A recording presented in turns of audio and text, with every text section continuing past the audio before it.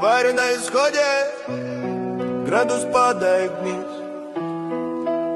Это не просто спор, это жизнь и девиз.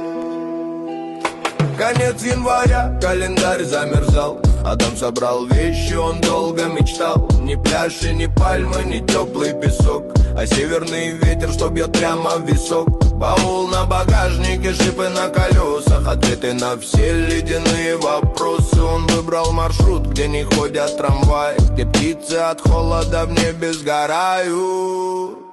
Дай Макона, где минус 50, где звезды на небе как динги висят. На велосипеде сквозь белый туман едет упрямо бродяга Адам. А вокруг лишь снега, а вокруг ни души, только шепот тайги, повернуть не спеши. Он едет туда, где царят холода, где вечная стужа и стынет вода. Дыхание паром, ресницы в ине, дорога петляет, как лента синяя. Педали крутить, значит просто жить, пытаться тепло в этом мире добыть. Вокруг тишина, абсолютный покой, здесь каждый сугроб говорит с тобой. Нет сети, нет связи, лишь скрип под ногой. Он спорит с суровой полярной зимой. Дорога суровая, холод везде. Он едет груженный, а не налегке.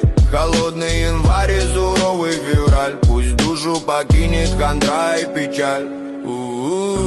Холод пронзает до самых костей. Здесь не бывает случайных гостей. Только характер, только металл. Адам этот путь для себя выбирал. Дай Макона, где минус 50, где звезды на небе как динги висят. На велосипеде сквозь белый туман едет упрямо бродяга Адам. А вокруг лишь снега, а вокруг ни души, только шепот тайги, повернуть не спеши. Он едет туда, где царят холода, где вечная стужа и стынет вода. Встречу по дороге очень хороших людей в школах, в администрациях, от таких детей. Ну что, рад, что есть на вашей земле. Для меня очень есть хорошее отношение с вами, с природой. А как будет дальше, слава Богу, чтобы все получилось.